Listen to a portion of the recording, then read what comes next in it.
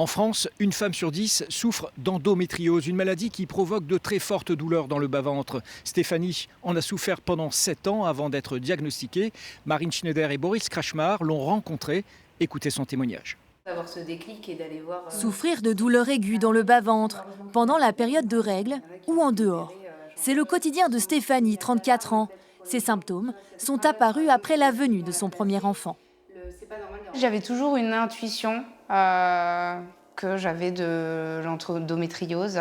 J'allais voir sur Internet et je regardais dans les symptômes, il y avait, on va dire que tout coïncidait sauf un symptôme typique qui était les douleurs pendant les règles, qui étaient les symptômes un peu phares de l'endométriose.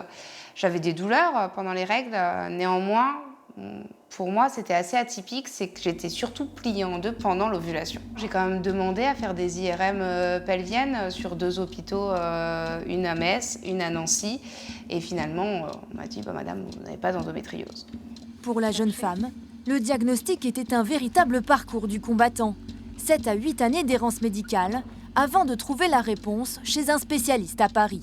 Son endométriose avait une forme rare. C'est lui qui m'a dit, si madame, effectivement vos souffrances sont réelles, vous avez bien de l'endométriose.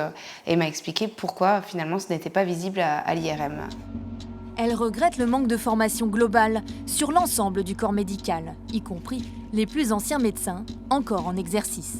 On parle de nos douleurs au médecin traitant qui nous fait une ordonnance, qui nous envoie faire un IRM. Et puis à l'IRM, on nous dit, il n'y a pas d'endométriose, arrêtez de chercher. L'endométriose, ça a été quand même assez longtemps. On était convaincus que c'était un petit peu psychologique chez la femme. Et que nombre de médecins qui disent c'est normal d'avoir mal pendant les règles. Non, c'est anormal. Depuis 1 an, Stéphanie peut enfin avancer. Elle multiplie les approches pour maîtriser ses douleurs, des approches en dehors de la médecine conventionnelle. Le corps médical a encore beaucoup de progrès à faire sur cette maladie. Il faut aussi parfois aller chercher ailleurs, dans des thérapeutiques naturelles comme l'ostéopathie, le yoga, l'alimentation, tout ce qui nous permet de nous faire du bien et d'améliorer notre qualité de vie au quotidien. Pour l'instant, aucun traitement n'existe pour soigner l'endométriose, une maladie inflammatoire qui toucherait près d'une femme sur 10 dans l'Hexagone. Pour plus d'informations, contactez l'association Endo France.